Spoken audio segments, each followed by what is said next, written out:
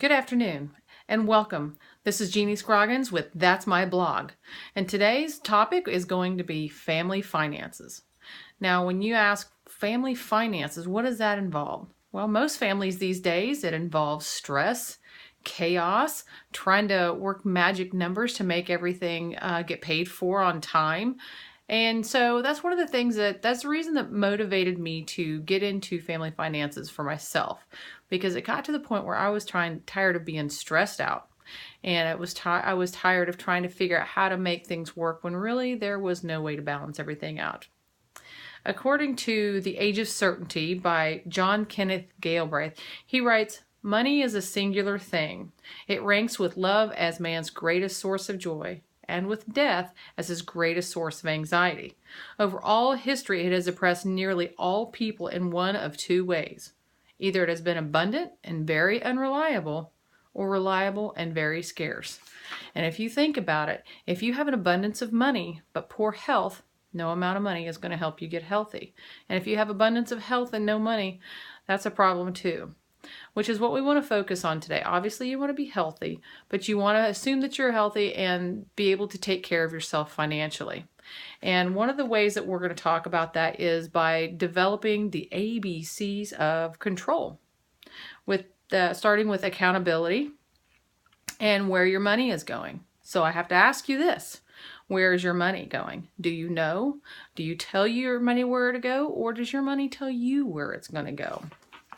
Let's start with accountability. You need to know where your money's going, and you need to decide that before it's going there. Okay, you need to first of all start by gathering all of your statements. Let's start with your bank statements, including your checking and your savings. Let's start with any other kind of statements, including credit card statements. We'll just stick with those for now. And if you could gather, like if you've got other credit card statements like Home Depot or bank line loans, things like that, that's helpful too. But let's get all your statements together, and then let's kind of sort everything out that has been charged to them and figure out where the stuff is going. Your bank cards, I keep mine separate. I keep it simple, actually. I keep most of my expenses on a credit card. That way I can look at that statement. That's my bookkeeper, and I can figure out where everything has gone from there. And if it's not on there, it's going to be on my bank statement. So you divide those two things out, and you separate all your expenses based on needs or wants. Okay, now needs are food, clothing, and shelter. Wants are anything that are luxury items or leisure expenses. That can be anything from vacations to going to the movies to that Cadillac Escalade. So once we have decided that we're going to be accountable and we've gathered all of our paperwork, our statements to figure out where our money's going, and we've divided out whether our expenses are based on wants and needs, then we're going to go to B, which is budget. We want to budget the basics. Now, what we have to decide at this point is what's the most important thing in our budget. Now, I like doing a thing called the zero-based budget. And what I do with that is once I have gotten all of my needs figured out, I put them in order from greatest to least. What is the most important thing? If I couldn't live without anything, what would I choose to be the first thing? Okay, I put that on top, and then I order everything after that. And by the time I get to the bottom, I've got to the least important of all things. If everything shut down tomorrow, what was the one thing that I wanted to make sure it was taken care of? Obviously, that would be the food, clothing, and shelter, and things that came after that. Okay, so the best way to do this is have your ducks in a row. Again, the zero-based budget, what that does is it draws a line in the sand. And once you get to a point where your expenses exceed your income, that's where you have to start trying to figure out where to cut things off at, which brings us to C of our ABCs of accountability and such. Cut the fat.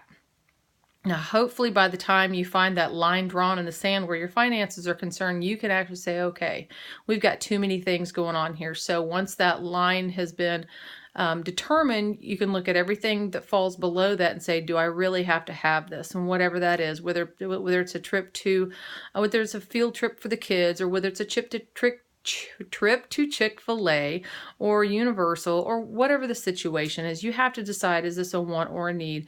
And obviously we're working with needs, but sometimes we factor in those wants as well. But we decide at that point, is this something that I can live without or not?